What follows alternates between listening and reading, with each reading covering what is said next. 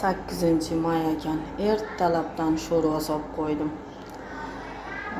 Go'sht rosa qaynadi. Ko'piklarini olib 1,5 soatcha qaynatdim adashmasam. Keyin hamma narsani bitta qilib solib qo'ya qoldim. Piyoz, kartoshka, pomidor, morkovka, tuz, hamma yo'qni bitta qilib soldim.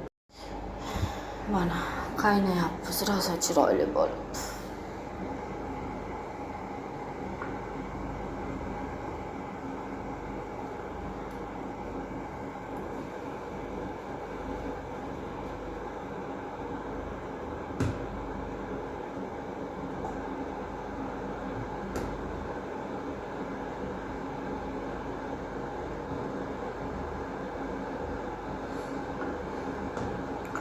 Bari yog' aralashgan. O'shanaqa go'shtlarni sovordik. Bir dona suyagimiz bor ekan, uni ham solib qo'ydik. Chiroyli bo'lib pishaveradi deb.